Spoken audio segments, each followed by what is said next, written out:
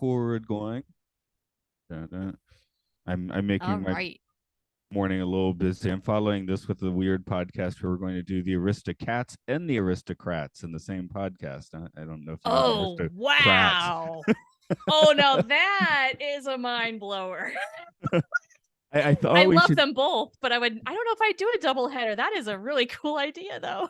I don't. I was like, should we try telling the joke? Because I mean, it's not like this podcast. I try to just keep, I'll add a censor in when there's a dirty word. That one I don't, but I'm like, well, we've kept it Uh-huh. pretty clean so far, so maybe we shouldn't do that. Do the joke. Try and do the joke. Yeah, I don't know. We'll see Well, what or happens. I don't know. Or like at the very end of the podcast, then you go, the aristocrats. Yeah. And Okay. that's it. I'll just have to do that. At the, okay. That's good advice. I'll do that. And that way we won't muddy up our. It's called the Occult Disney podcast. So once you put Disney in the name of your podcast, like maybe you shouldn't Yeah. drop too many f bombs. Oh, you've dropped two probably. It's yeah, but it's not. I I don't that's know what their standards and practices are on that. I've gotten classier with my speaking recently, I guess. So Hmm. How do you because how do you do that? Because I've never really learned. I don't know. I don't know. I don't know. Like mentally, I just kind of got stunted at about 12, I think, and my brain's still, got that like ha ha ha, butts are funny, fart jokes Well, kind of that's thing. for sure. Yeah. Um, I don't know. There's a period where I basically didn't talk to any foreigners in person for like a year. So Oh when you're wow. not talking to other foreigners, there's not really much point in dropping f bombs, I guess. Is that just not a thing in Japanese culture? they don't have they don't have like really dirty words. Like sometimes I'll have kids like saying something I Really? know that's like kind of a dirty word. But I'm like, well, and I used probably 5 years ago, oh, don't say that. And, should we tell mom or whatever? But now I'm like, well, I don't know. Yeah, It's whatever. just a word. Although I have had kids learn the English obscenity, so that's why I have to be like, no, not in class. Use those Like, sparingly, only when it's important, because it's not so much saying the word, it's how and when it's said. how? Okay, this is yesterday. They're playing Uno, right? It's the end of the class. They're playing Uno. Kid puts down a couple draw two cards, flips the bird, and says "fuck you" in the Japanese accent. I'm like, Oh, should I golly. should I get angry at him or not? And there's like 2 minutes of class left to go. Hmm. I'm like, let's pretend I didn't hear that. Yeah, you can let that one go. Not worth the trouble. And these are crazy two 12-year-old boys, so obviously there's this kind of uphill there. Oh, yeah, indeed. Maybe they're 11. I You've don't got know. bigger fish to fry, I'm sure. Okay, I guess we should jump into this. So Yeah, let's do this show. anyway, I was also giving the excuse why I'm not after darking after, because that's when I usually end up having to do my Disney stuff. Fair enough. Fair enough. Well, uh, have fun with that. That sounds like an interesting show. yeah, yeah. Okay, let me give a 5 second silence just so I can spot in the feed, and we'll get going.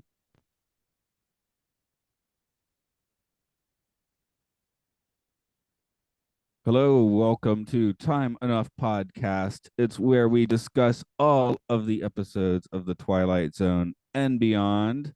This is Matt here. Joining me today, I know she's had a run through Star Trek Voyager. I'm listening to her currently going about Star Trek Prodigy. It's Charlynn Schmidt. Hello.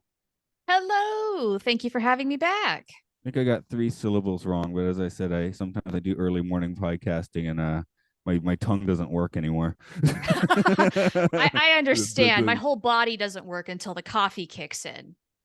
That's yeah, yeah, okay. I don't know. It's like I do like a cafe latte. Is that faking it? Heat up your milk, put in your Oh, instant no, coffee. that's what I make. I have my espresso machine downstairs, just a little, a little consumer one, but it brews the espresso, steams the milk, and then I put in maybe just a little bit of flavoring, and I do that Do every morning. That's what I do. you have a space mug? I'm missing a space mug. Well, this is my space mug. Oh, you can't really see it. I It's got it. I got a also it's quick glimpse. audio. Yeah, it's think of like Captain Janeway mug, but with a foolproof sealing lid. It's basically like a sippy cup for adults because I need that. Ah, okay. Yeah, I drink the coffee in the morning, but then I just go around slamming plum flavored bottled water in the afternoon. So, which Yeah, I kind of do that too. I'll drink water in the afternoon, coffee in the morning, because any later after lunch, if I drink caffeine nowadays, I'm way too wired. I can't sleep. And if I don't sleep, then I'm a total grouch the next day. And that's no good. No, today's a very dry episode. No coffee, no bottled water for today. It's all grave It's dust. all liquor. It's the grave. So all liquor. Yeah, yeah. It's like, what was that movie? We have cabin fever. It's like, oh, you're only drinking beer. And it turns out whatever the thing is transmitted through water. So I saw that opening weekend and not since. I have a very hazy memory of that movie. Nice. Let me do a little trivia on the grave. The original air date was October 27th, 1961. Like several episodes ago, this was written and directed by Montgomery Pittman, who will be back to do the same for one more episode later this season. Lee Marvin played a man named Connie Miller. He was a classic tough guy of the 1950s, playing opposite Marlon Brando in The Wild One, directed by Fritz Lang in The Big Heat, and the star of the TV series M Squad. Later on, he'd star in Cat Ballou, The Dirty Dozen, and Paint Your Wagon. Johnny Robb was played by James Best. Though he had hundreds of guest star roles in early television, he's probably best known today for playing Sheriff Roscoe P. Coltrane on The Dukes of Hazzard. Nice. Strother Martin was Mothershed. You may remember him as the warden in Cool Hand Luke, who spews the classic line, "What we have here is failure to communicate." And I don't even think I did the right impression. Again, I'm going to call that to early warning. It's my fault. I asked if you could do this time, and it's very early for you. Oh, I've done earlier. I've with UK people. I've started at 6 a.m. start. So this is a 7 a.m.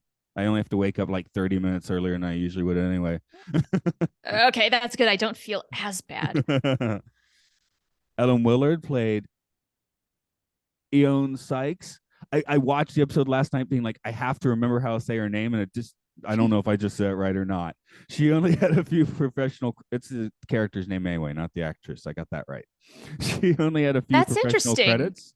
Yeah, she's pretty much known for this episode. Finally, Steinhardt. Oh wow, really? Yeah. There was there are a couple other credits around this time. And the thing that threw me off, and I put in my notes, is we had a brunette Elizabeth Montgomery a few episodes ago, and also same director writer, and it was like same vibe. Maybe that's, I don't know, Montgomery picking his taste or something.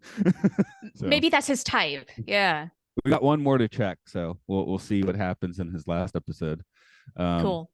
Got one more guy here, which is Steinhardt, was played by Lee Van Cleef. I'll let you decide which Lee has the cooler name, as we have two in this episode. Van Cleef, but it's Lee Marvin. It's a toughie. Van Cleef made his trade in spaghetti westerns, most notably appearing in Sergio Leone's Dollars trilogy. So we got real Western people in here, at least. I didn't realize. Yeah, I figured. Yeah, but Lee Marvin really was a big catch for 1961, because a lot of the actors, like, they became really famous after being in the Twilight Zone, but he already would have been like, like a box office draw in 1961. So he had his own TV show, all that sort of stuff. Nice. I figured these were Western guys, and forgive me because I'm not a fan of Westerns. I do not know their names. I do not know their work, but I figured just by the look and the way they performed, this was not their first time doing this sort of a thing. Yeah, and I have a few observations on that as well. But geez, how many people under the age of 60 are into Westerns, really? Yeah. So I was thinking in the late 80s or 90s, like Back to the Future 3, now they're in the West because we all enjoyed Westerns in our childhood so much. The kids of that day are like, it's a little dusty. Great movie, don't get me wrong, but it's just like, Spielberg and Zemeckis and all those guys are like, yeah, you guys want Westerns, right? It's like, not really. Yeah. I'll take this one, though. This one was fun. Sorry, I got the prologue blasted on the screen. If you could give me a reading of that, please. Yeah, certainly. Normally, the old man would be correct. This would be the end of the story. We've had the traditional shootout on the street, and the bad man will soon be dead. But some men of legend and folktale have been known to continue having their way even after death. The outlaw and killer Pinto Sykes was such a person, and shortly we'll see how he introduces the town and a man named Connie Miller in particular to the Twilight Zone. Yes, sir. That's the end of that. I was supposed to say that before you started, but oh well, I got it there. I could edit it, but I'm not going to. Yeah. I'm going to give that back to the early morning podcasting. Blame it all on that while you Every can. everything dumb I say is because of that. Okay, not for other reasons. One thing. Okay, I thought it's a well made episode, like you said. They're clearly Western prose, all that. The second time watching this episode, I thought it was really funny. Really? Funny in what way? What was funny about it? How have you watched much SCTV? Not really. Okay, that was the thing. John Candy, Rick Moranis, Harold Ramis, late '70s, early '80s, doing just like dry, deadpan parodies of television of the time. So they do like Okay. the Days of Our Lives. It's a soap opera that recurs on. So you watch it like a 2 hour supercut of it on YouTube, but it's everyone's just it's played dead seriously. But Okay. it's hysterical because it's so stupid. I gotcha. Okay. And they would occasionally do. I remember John Candy showed up in a clip. He was Yeller Belly, so Yeller Belly. he'd get freaked How out can you by take anything. anybody seriously with that name? Right. So it showed him on the street, and like there's a woman and son like kind of like make noise behind her, like, shoots him dead, and like has to run town. And it shows him in the bar of the next town, and they're like, "You're just Yeller, you're Yeller Belly." And I was like, that was really like the bar scene in here where they're kind of daring him to go to the grave. And then Lee Marvin's just so ridiculously serious. I'm like, and I realized too, okay, maybe part of it is also because it is, the sheriff from Dukes of Hazzard, like Uh-huh. I haven't seen that show since like 1984, right? So it's in my subconscious at best. And I was like, I think I picked up on that a little bit. Yeah, yeah, I guess it is interesting just how straightforward and serious he is playing this. And that maybe is what added to the confusion I had the first time watching through this episode, because it was nothing like I was expecting. So you said, okay, we're going to watch The Grave. And I thought, okay, probably a ghost story or something like that's taking place in a cemetery. This seems very Twilight Zone-y. Cool. Then I look at the thumbnail and it's old Western kind of scenery. And I'm thinking, huh? So there's this episode. The story was nothing that I was expecting really whatsoever. I was expecting more of like a suspenseful, kind of creepy thriller. I kept waiting to be creeped out, but honestly, I wasn't. Not the first time, not the second time either. I thought maybe that was just a first impression. No, second time around, it was just kind of, I have a theory on what really happened, and that's about it. Okay, not you're not going to go with the sister's theory that the ghost killed him. Okay, yeah, I got in my notes here. Okay, lots of straight Western. I've forgotten all about the Twilight Zone, and then my final note is that we just saw like a Darwin Award worthy death. So I was going Darwin Award route. I guess I'm agreeing with the not with With the her. theory. I like her Yeah, theory, and but well, you would be right. If that is in fact how he died, that is very worthy of a Darwin Award, because dang, dude. yeah. So such a serious man having such a stupid death. Like I said, like I don't require guests to watch these twice or anything. So, but this one I did have, because I kind of just I like first time I watched it kind of late at night and dozed off, and I started and I was like, okay, I should actually just watch this again. And I was Mhm. like, second time I was like, this is funny. Like, oh no, yeah. So I actually would recommend people to give it like a double view. And Lee Marvin kind of doing like a Leslie Nielsen thing almost. Yeah. Watching it with that kind of context might be a very different experience. And I wasn't going and expecting to think that way the second time. It just the first time I in my notes I did already know that, I'm getting seriously SCTV vibes as I mentioned, but the second time like I was kind of giggling. And it's a weird episode to giggle at. Oh, it really is. Yeah. But I guess that in a way makes it even more absurd and more funny. I can see this angle. Yeah. So definitely, the guy's previous episode was 2, which was, I mean, just it wasn't. It was a little. I mean, you got young Elizabeth Montgomery and Charles Bronson. That was cool. But I bet. otherwise, it was a little bit of an iffy episode. It was just like there's not a whole lot going Mm, on. So this one, I think this one's like a lot better, and like kind of yeah.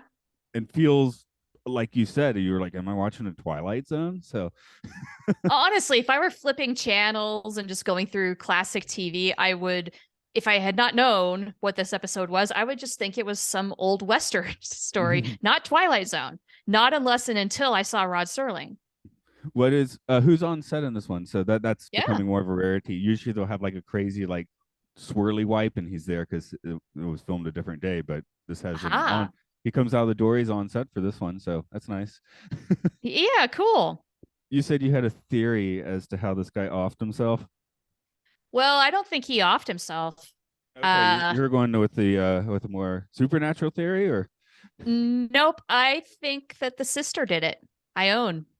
oh, okay, yeah. Oh, and you got her. You Because, got the name she too. walks off and like, she has the wind theory, right? Like, but she's almost like giving herself away. Like, oh, that couldn't have happened. So how did it? Maybe she's avenging for her brother or something like that. Yeah, yeah, and just ooh, he did it. That could be the And case. she was inebriated. So maybe the inhibitions were a little lesser then. And she wasn't too far away. She was walking off, but she could have easily come back and then done it. Maybe she did it and forgot she did it since she had just downed a bottle of rye. Would you think she was blackout drunk? Oh man. I mean, she did have a big bottle. It could have happened. And that's So and they that's rock peg gut. this family like is not so bright, right? So plausible deniability all over the place with this. So I'm actually I want to. I guess she said rye. She wanted rye, but I She, was just yeah. I was just reading a book called Cattle Kingdom. I'm in the middle of it, and they Hmm. were talking about rot gut. Um, West. What's that? I'm trying to look up the recipe for that. It was like really insane what was in it. Do we want to know?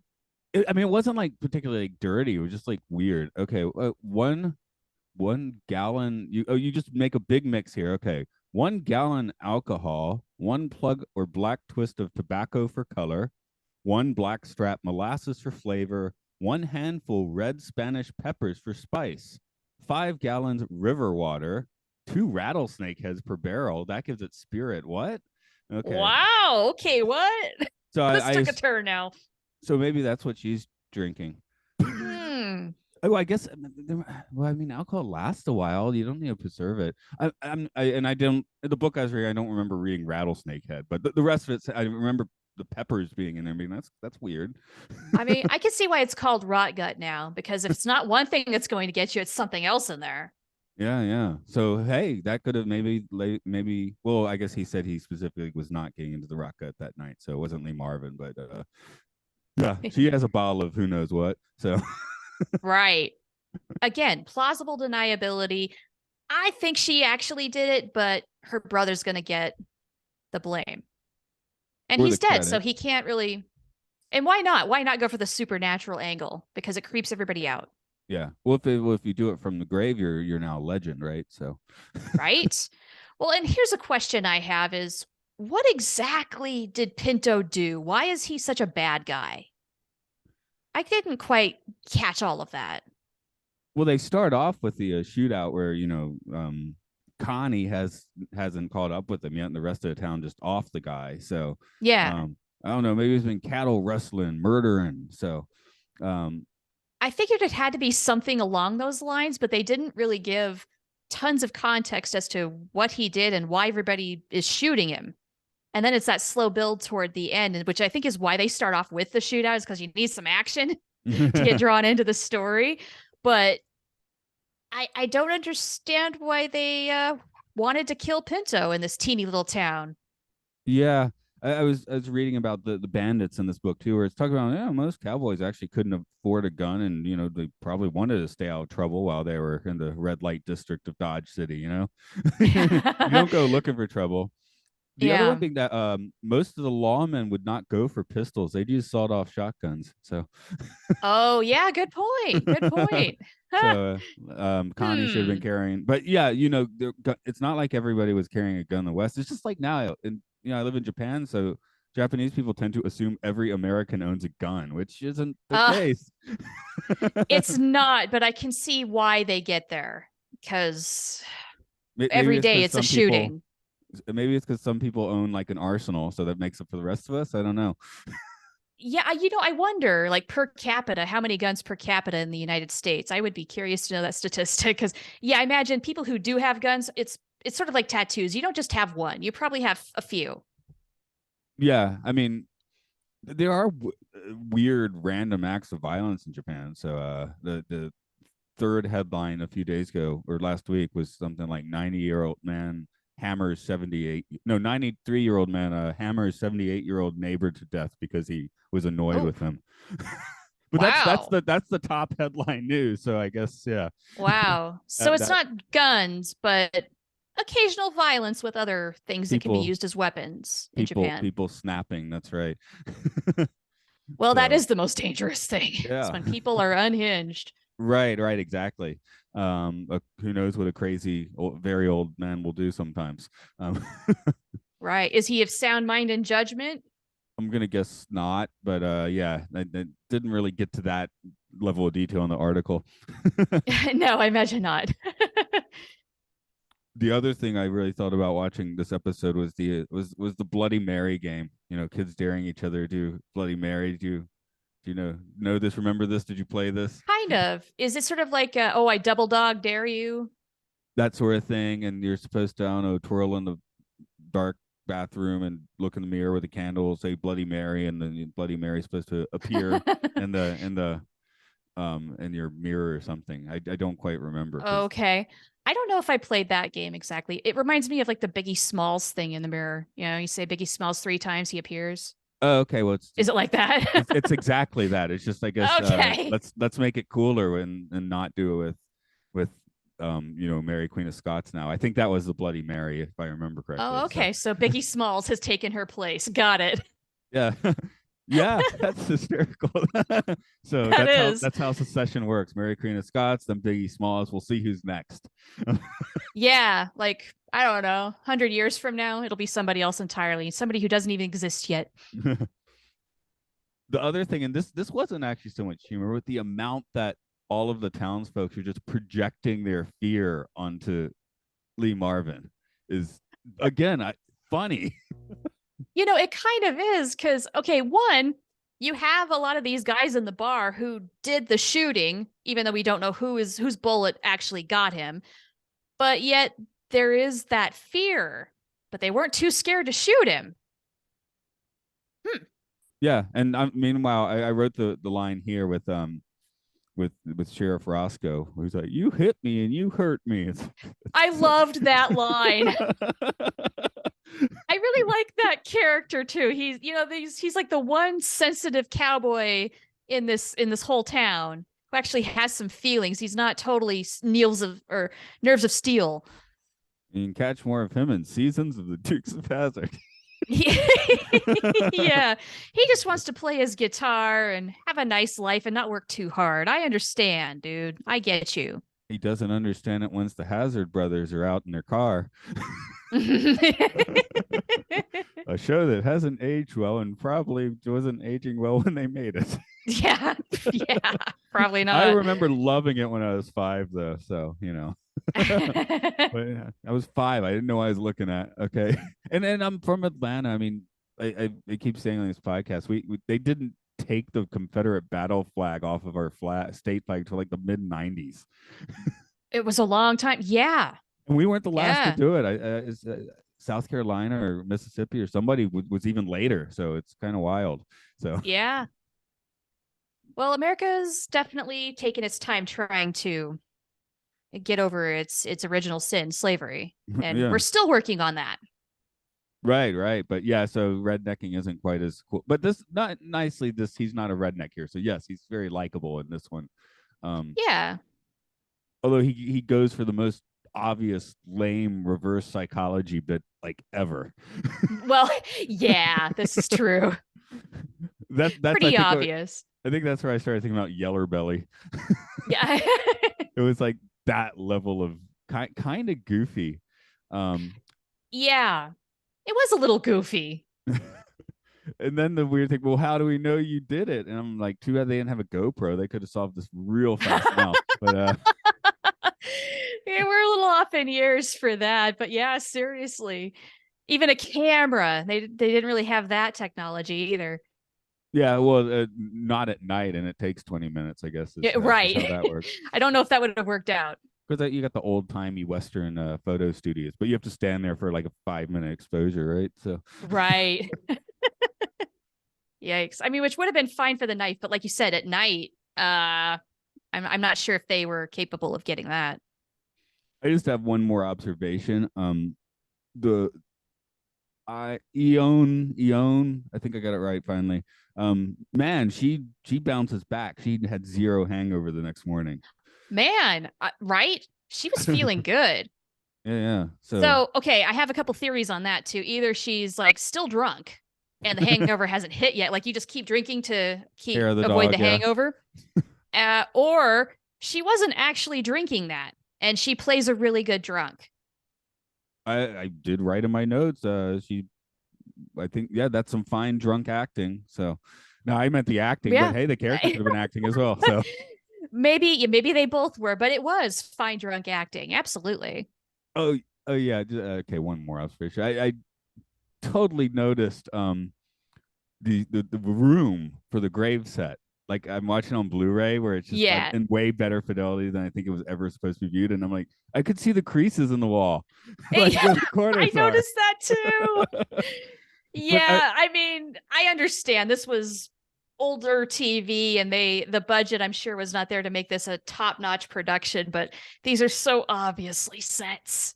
and yeah, I see the crease, and then it's windy. I'm like, well, now that I see the corner set, I also see the wind machines that are just off camera. I mean, Right. I find that charming, but yeah, it's just like, again, I don't. You were supposed to watch this on like a cathode ray TV in Right. 1961. You would never have noticed on that. So Oh, no, not at all. Yeah. let me go ahead and start throwing out. Did you have any big observations you wanted to make before I throw some questions out? Oh, golly. They love the line, look at what the wind blew in. It's like the wind is a character in Yeah. this episode. Well, I made the Wind Machine a character for sure, didn't I? Yeah, yeah, absolutely. So I was wondering, I have this in my notes. Are they trying to set Connie up? Is that why they're doing the bed? Is that why it was so obvious the whole ploy? And is that ultimately like were they planning on how this was going to go down? And did they know it was going to happen for some reason? I was hoping there was going to be some sort of pa-poom ching moment. And there, it kind of was there and it kind of wasn't. It just depends on what you think really happened. But the Well, fact that Lee Marvin plays his character so seriously, and it's almost like I guess he almost has like anger issues in a way with some sort of settles. He has to settle this score with Pinto, and we don't even know exactly what it is. Um, yeah, I just I wasn't entirely sure what this was all about. So I kept theorizing. I kept wondering, okay, what's the angle on this whole thing? And it was also a slow mover. So I thought, like, is this supposed to be suspense? Is it a thriller? Like, are we going to get a real gotcha moment at the end? And again, I guess it's all in how you interpret it, right? yeah, yeah. I mean, the nice thing about Twilight Zone is I was just reading another book where it's like talking about how, if you wanted suspense and mystery, you have Alfred Hitchcock Mm-hmm. presents. If you want like straight sci-fi all the time and monsters and aliens, you get the Outer Limits. There's terror for terror, but the Twilight Zone just kind of sits between all of those, so it can kind of get away with anything. Right. And if I suppose it also depends on whether or not you believe in the supernatural, because if you do, you might be more creeped out by this Yeah. ending and how it goes down. If you don't, then it's more like a detective story, I Mm. think. What really happened? You're trying to deduce the movements. Well, I mean, Lee Marvin does flip out a little bit at the end once he's scaring himself or whatever, right? So Right. So you could go that way. That was actually played really well. I was like, his pants dry. His pants aren't dry anymore. He really might The have look, scared himself to death. the look on his face, gave it away. So. Yeah, it was really well done. I like that, and I really liked. Oh, I forget her name. Who played Ione? Oh, I can get that real quick. My bad. I did not Ellen do. Ellen Willard. Okay, I'm surprised she didn't have any more screen credits, or She has besides the couple. handful that you mentioned. Yeah. I mean, Just like she seems like a decent enough actress. Like she was a memorable character for what little she had to do here. yeah, the second time I watched it, I was like, geez, she's a little better than someone who just showed up on about 10 productions around 1960. But Yeah, maybe she didn't like acting. It's not for everybody. that's possible. That's possible. Yeah. Not into it. It's like I made a couple cool things. But yeah, this is apparently like you look at the wiki, it's like she's known for being in this episode of The Grave, basically. So Huh. That's interesting. but So yeah, those are my observations. That's pretty much what I have in my notes. I didn't take tons of notes on this one. it's a 25-minute show. It don't really have to. But usually, I don't know. The first time I did this show, I had a lot of commentary, and this one, I'm just like, That happened. Okay, we're gonna get to some big moment here anytime now. The big moment And is he then it gets sort of strangled by his own happened. cloak. Yeah. Excuse me. I did put into, I quoted, the slower he ran away, the slower you chased him. It reminded me of kind of how people describe Baywatch, which is the faster you run, the slower you go. Kind of Oh, like that. I have a great slow sprint that I'll use in classes sometimes because you're showing kids a time activity, but you want to like not, um, Yeah. win. So I just and they think it's hysterical because I'm in full sprint but going nowhere or going very Gotcha. slowly. So I get that. Maybe think of the that's what at least in the Lego Batman movie, that's what the Joker keeps wanting Batman to do, right? Just chase me a little more slowly, but let's keep the chase going. I mean, well, any Joker really, I guess, is always obsessed with the chase, but doesn't want to get caught. Yeah, it's all in the thrill of the chase, I guess. Maybe that's what these two were doing. Yeah, this could have been your Wild West, Batman and Joker, basically. So Maybe. Who in this episode would you say went into the Twilight Zone? Ooh. It depends. I Who's think it was playing Ione. what scam? why Or her? Johnny Boy. I'm not sure. why Ione? I think just because she's the most mysterious character, honestly, of anybody in this story.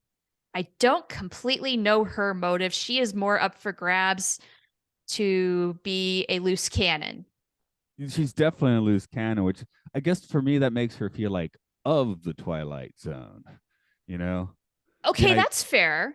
The idea being some people enter the Twilight Zone, and you have some characters that are just already there. So, Yeah, okay, maybe. Who would you nominate? Who went into the Twilight Zone? There's an argument if it I guess if it ends in death, you're in the Twilight Zone, right? So, Okay, yeah. I felt like Connie's like kind of the clear choice here, and the town to some extent that they're living in their fear, but people can do that relatively. That's a real world Twilight Zone you can get stuck in. So That's true enough, right? Yeah. So, but the face he has in the graveyard when he's flipping out is definitely like him in the Twilight Zone because there's nothing there. He is, Yeah. Okay, like you said, he might yeah. be scaring himself to death. So Yeah. And if in fact that is what happened, then that is a very convincing argument. And but I'll put my second question for Ione and Connie.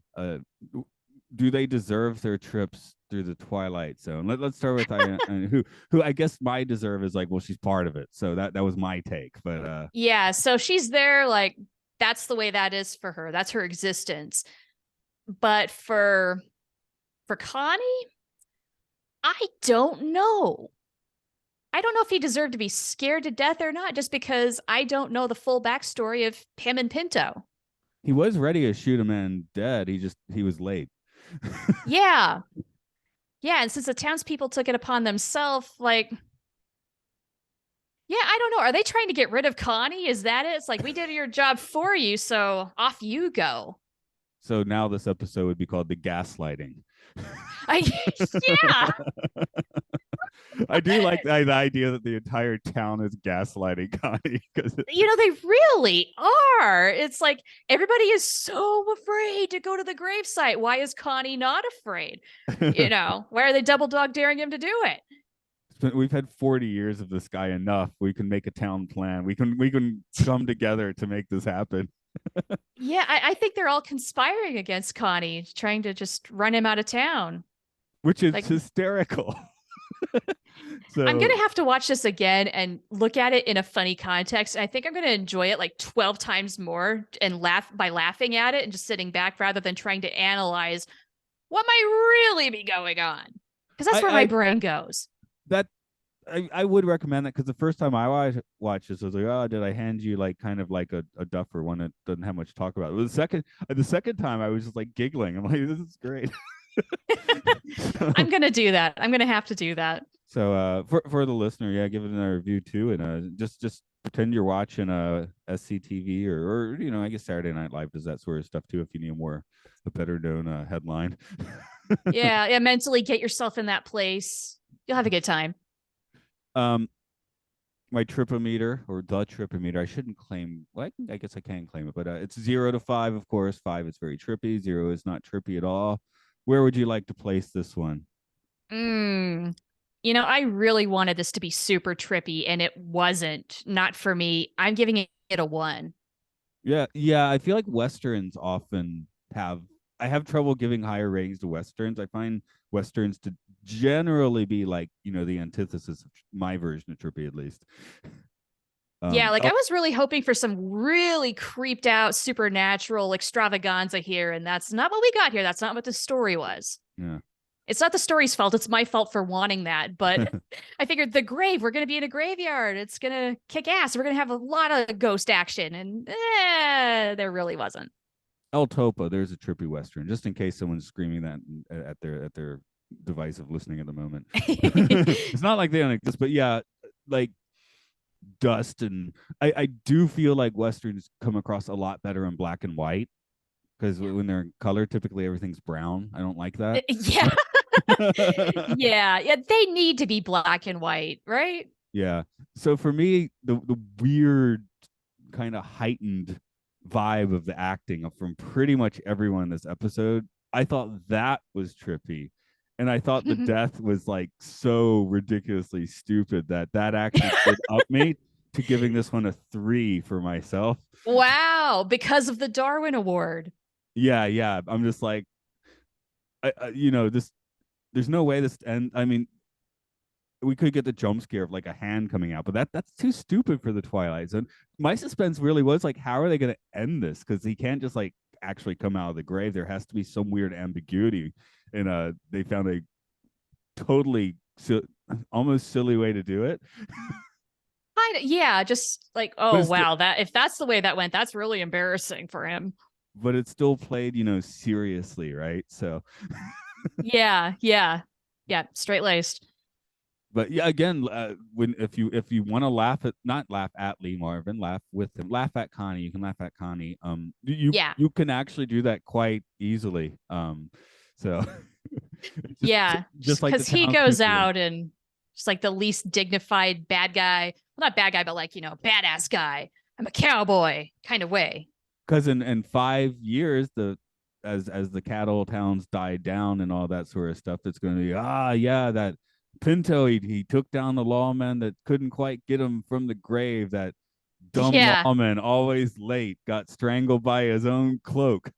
Yeah, Pinto's a legend now. He's Billy the Kid, right? And he can kill people from the grave. That guy. And Connie is a man named Connie. I guess that's not as bad as Sue, but it just had me thinking about this. Yeah, and it's granted, it's not spelled Connie like most female Connies. It's Conny, but even so, yeah, I don't know. It's not like an Eddie or a Bill kind of super macho name. Yeah, for the stone-faced lawman, it's a bit of a weird choice, but It There's is. so many weird choices in this episode that the more I'm talking about, the more I'm like, okay, this is a comedy episode. It's If you look, it is more weird than meets the eye then. And also, as a Star Trek fan, Connie obviously makes me think of Khan. Connie, Yeah, okay, sure. Connie. When Japan, you Connie, would you, you do that? Nay being like yes. Or neigh like horse. It kind of has an interesting entendre there. Yeah, that's cool. um, we'll pitch up the horses then. Any final points you want to throw out? No, I think that's about it. That's all the wind blew in. All right. Um, what are you up to in the podcasting sphere? I guess eventually you're going to be talking about Prodigy again when that shows up again. Well, you know what? Norm and I just today recorded an episode of Mission Log Prodigy where we're doing like a between seasons episode as much and as often as we can. We did another product review for the first Star Trek Prodigy book. And Is that so we talked about that today. It's called Supernova, and it's not the same exact story as Supernova Part 1 and 2, the episodes. There is some connection, though. I'll say that much. And so that was great. We're going to continue trying to do things in the in between just because there is going to be such a long gap between the end of season 1 and the start of end of season 2 at the end of this year. that's the end of the year? I hadn't heard a date on that. What is that a comic book, a young reader book, an actual novel? Oh, it's a young adult book. Okay. I mean, it's geared for ages roughly 8 to 12, but even as a grown adult, I enjoyed reading it. No, I mean, the great thing about Prodigy is it's. I mean, when people ask me, my first thing is just usually, do you like Pixar? If the answer is yes, Yeah. you will love Prodigy. If you're like, I'm not really a Yeah. Pixar, I'm like, let's give it a little chance, maybe. But Well, and I'm so glad they're doing the books. One, because Star Trek has a nice steep tradition of having novels, but also any reason to get kids reading. Doesn't matter if it's a TV show thing or not. Get kids to read. no, I've been mainlining some Trek books the past few months because thanks to Dayton Ward Facebook, who at the start of every month will make a post of the whatever the 99-cent Amazon Star Trek novels are that month. So Oh, nice. and some of them are Cool. quite new. Like there was the 3-part that book series that ended the novel verse. I got all Oh, those for really? 99 cents a few months ago. Now they're That like was 12 bucks 99 for your cents? yeah, now they're like Oh, 12 bucks for the dang. Kindle. But yeah, for a month they were 99 Wow. cents. So I was like, okay, I guess I'm gonna read that now. Wow. Oh, shoot. I missed out on that. Yeah, A yeah. little So bummed. yeah, make sure you look at Dayton Ward's Facebook page at the start of the month. Yeah, I'm not on Facebook. See, I do miss things by not being on social media that much, but honestly, I don't know. Am I? Am I? Yeah, I I mean, go back and forth on that all the time. I basically just use the messenger on Facebook, but they give you the same 5 people, most of which are Trek people now, so that you see in your feed. Yeah, the algorithm knows you. Yes. As for this, it's Time Enough Podcast. We're on Twitter, we're on Facebook under Time Enough Pod, and we are under the Patreon umbrella of Podcastias, where you can support us for $1 or $2. In April this month right now, we are kicking off a new podcast. While we will still occasionally talk about sci-fi films, we've taken the top 100 movies as rated on IMDb and the bottom 100 movies as rated on IMDb, and we're going to go through all of them.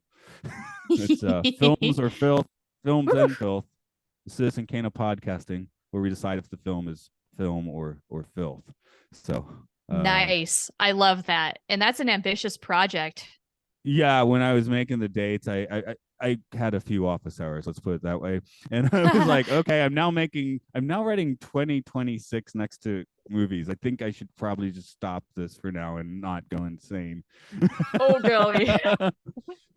Why does that seem so far away? It's really not, but wow. Well, years don't happen anymore, right? So yeah, concept of time is totally messed up.